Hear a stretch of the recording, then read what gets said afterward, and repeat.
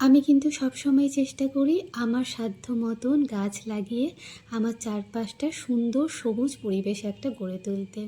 Hello everyone, আমি রিঙ্কু। আমার new and fresh ব্লগে তোমাদের ওয়েলকাম।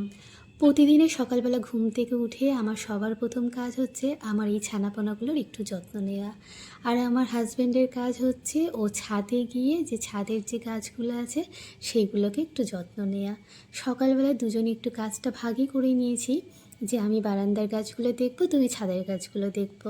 আর আজকে যেহেতু খুব ভালো একটা পূর্ণিমা, সেই জন্য আমি আর কোনো দিকে না তাকিয়ে সবার আগে স্নানে চলে গেছিলাম। সেখান থেকে ভালো করে ফ্রেশ হয়ে রেডি হয়ে সবার আগে পুজো করতে গেছিলাম। তারপর নিচে নেবে অন্য কোনো কাজ করব ভেবেই রেখেছিলাম। প্রতিদিনে স্নান করে উঠে আমি ময়েশ্চারাইজার সানস্ক্রিন লাগাতে কিন্তু ভুলি না। আসলে আমার পক্ষে না একদমই সম্ভব হয় না যে নিজের জন্য অনেক বেশি কিছু করব, কিন্তু ভাবি কি এই ছোট ছোট কেয়ারগুলো যেন প্রতিদিন করতে পারি, সেইটুকু আসলে সবার যত্ন নেওয়ার সাথে সাথে নিজের যত্ন নেওয়াটাও কিন্তু একটা মস্ত বড় কাজ। আর আমরা মেয়েরা সেই কাজটাই বাদ দিয়ে বাকি সব কাজ কিন্তু টাইম টু টাইম করে নিই। আর আমি এখন চললাম পুজো করতে। চলো আজকের ভিডিওটা এখানেই শেষ করলাম। টাটা।